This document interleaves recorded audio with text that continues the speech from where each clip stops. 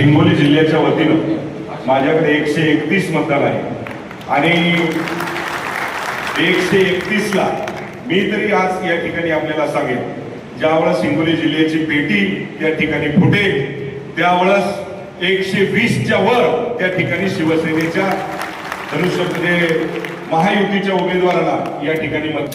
साहेब, आता तुम्ही आम्हाला आदेश दिला, आनंदराव जाधव साहेबांचा फोन आला आणि सर्व नगरसेवक सर्व सदस्य या ठिकाणी घेऊन आणण्यासाठी आपण सांगितले. मला वाटते की 85 नगरसेवक या ठिकाणी सभागृहामध्ये हिंगोली जिल्ह्यामधून आलेले. या ठिकाणी आपल्याला एवढंच सांगेल की जो शब्द तुम्ही टाकसा त्या ठिकाणी शिवसेना भारतीय जनता पार्टी सोबत आहे, कुठल्याही प्रकारचं दुमत नाही. या ठिकाणी सर्व सय्यद भाई तुम्हाला आज या ठिकाणी सांगतो की हिंगोली जिल्ह्यामधून आपल्याला मी सांगतोय तुम्हाला की 110 मतदान पडेल, 115 पडेल, पण आज खात्रीने या ठिकाणी मी तुम्हाला सांगतो की 120च्या वर मतदान या ठिकाणी सय्यद भाईला आमच्या हिंगोली जिल्ह्याच्या वतीनं घ्यायचंय. म्हणून या ठिकाणी आपण हिंगोली जिल्ह्याची जर मीटिंग जर असेल तर मला वाटते की आपण आम्हाला 80-90 किलोमीटर असेल, त्याच्यामुळं तिकडे जर मीटिंग जर आपण जर लावली तर त्या ठिकाणी चांगलं राहील. पुन्हा एकदा सय्यद भाई आपल्याला खूप खूप मनपूर्वक शुभेच्छा देतो. आणि जाधव साहेबांनी सांगितलं ज्या ठिकाणी उदय साहेब आले त्या ठिकाणी महायुतीचा झेंडा फडकल्याशिवाय राहत नाही, याच्यात कुठल्याही प्रकारचं दुमत नाही. या ठिकाणी मी आपल्याला सांगेल की नेता कसा असावा, तर मला वाटते की उदयजी सामंत साहेबांसारखा असावा. कारण की जेवढं कौतुक करावं तेवढं कमी.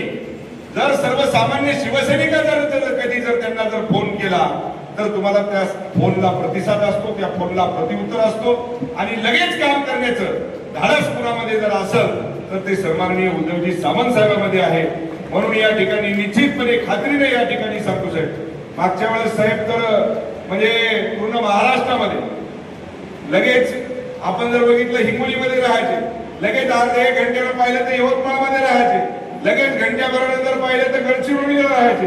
म्हणजे एवढी पायाला भिंगरी लावून रात्रंचा दिवस आणि दिवसाची रात्र करणारा जर नेता ते उदयजी सामंत साहेब आहेत. म्हणून साहेब तुम्ही फक्त आम्हाला शब्द तुम्ही आमच्यावरती जी जबाबदारी जी टाकसाल ती 100%.